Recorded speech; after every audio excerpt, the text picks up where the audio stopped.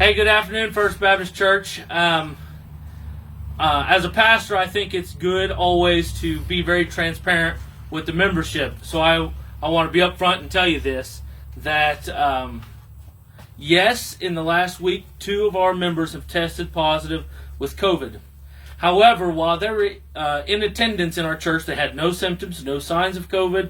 For the most part, they were very cautious and considerate.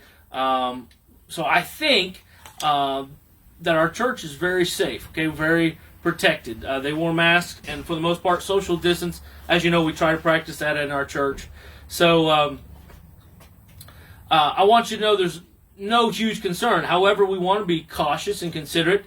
We know the rising numbers in Joplin, Carthage, Galena, Baxter, Riverton, and we know that some of our people are very active in those areas, in those communities. So the leadership together has decided that we believe it's best practice that today, this Sunday, we go to an online service only.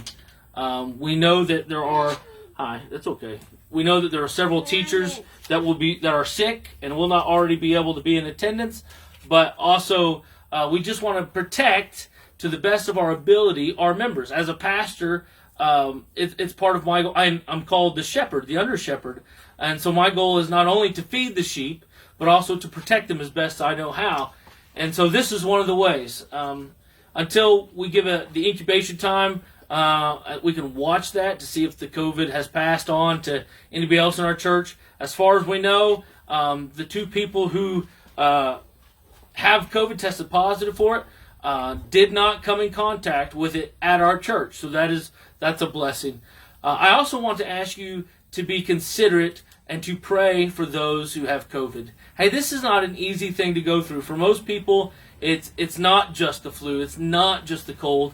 It's a serious battle. For some, it was just a simple cold. But for many others, it was a very serious health issue. And so I'm going to ask you to pray for those who are testing positive with COVID, especially those that are in our membership that you may know.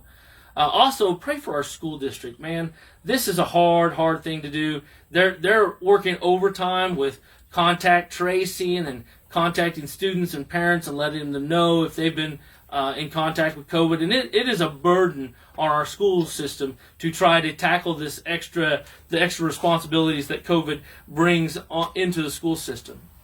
I know that we're going to live life, okay? I'm not asking you to be fearful of a virus. I'm asking you to be cautious and considerate, to love one another, to act out of concern on one another's behalf. As a pastor, that's what I think I'm doing in postponing our in-person services this week. Guys, we love you. If I can do anything for you, let me know. I'd be glad to be there for you. Remember to encourage one another in these times, okay? Gabe, do you want to say anything? I just love you because I just got... Well, you just love them, huh? Mm-hmm. Are you going to miss your brother friends at church this week? Mm-hmm. Yeah. Guys, we'll see you soon, okay?